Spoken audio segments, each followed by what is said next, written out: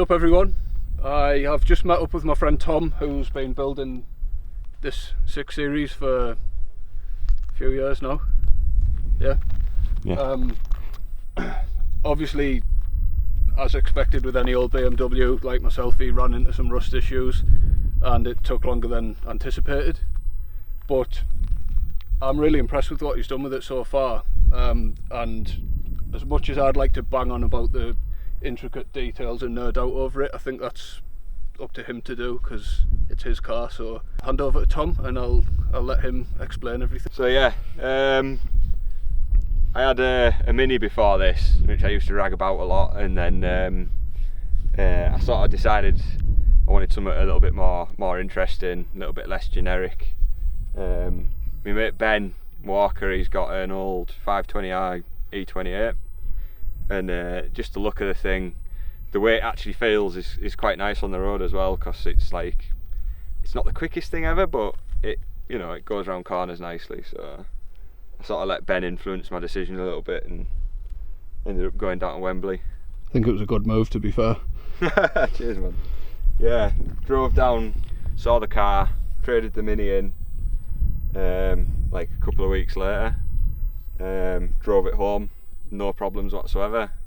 I did like 8,000 miles in it in 1 year, and then I started doing the rear subframe, and when I took the subframe off, there's 2 mounts either side, they were rotten, the sills were rotten, the car was just a bit of a shell, bit basket case, so I just stripped the whole thing in a week, sent it away to get repaired.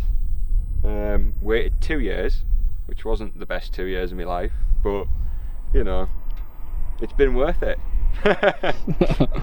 Right, yeah, so when I had it off the road, I had it a million bits. After getting the rust, I thought, like, why bolt on all the stock stuff when I want to have fun with it and drive it? So I got PC coilovers, and I polybushed the rear end, replaced all the arms on the front and everything, fitted new brake pads and discs on the front. I didn't want to do like a big brake upgrade or anything silly just yet. I don't want to go spend a load of money to find out the OE stuff isn't actually too bad. Today I found out it's too bad. They get a bit warm a bit quick, like. So yeah, like the full rear subframe was off. Did polybushes on the main mounts, polybushed the diff, polybushed the trailing arms, put roll centre adjusters in, which are okay at best. I might go a different route in the future, but we'll have to see. Then I've got the MK Motorsport, courtesy of a guy in London, It was like a bit, you know, sort of like the Don of E24s really. I'm not kissing ass either, his car is like perfect. And he goes everywhere in it, which is, I guess, the key really. You've got to drive him. I put the M-Tech rear spoiler on because it just sort of finishes the look really. Stalled out there. Interior. Shall I open it up and... The interior's sick. It's like as it was when I got it. I'm not sure if it's factory. I think it's been retrimmed, but it's like this mad sort of like veloury sort of It's stuff. hard to even explain, to be honest. If someone... Yeah, it's like, you know, that sort of thing where you can hoover a pattern into it. Yeah. And then I put a Nardi deep corn steering wheel because I've got, Adam knows the feeling, you've got kind of long legs, you need to get far back, and then your arms are like this track drive, so Yep. Don't like that. I want the wheel nice and here for sawing away. And then a guy I work with does like wood turning and stuff like that, and a lot of his stuff is skateboards, and he sandwiches them together and then turns them into like coffee tamper handles and stuff like that. So I got him to make me a matching gear stick out of,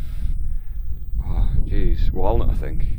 And Ben turned like a brass phosphor bronze bezel that it sits on. Other than that, I haven't actually done much. Black carpet and cleaned it up. Looks good, man. Cheers.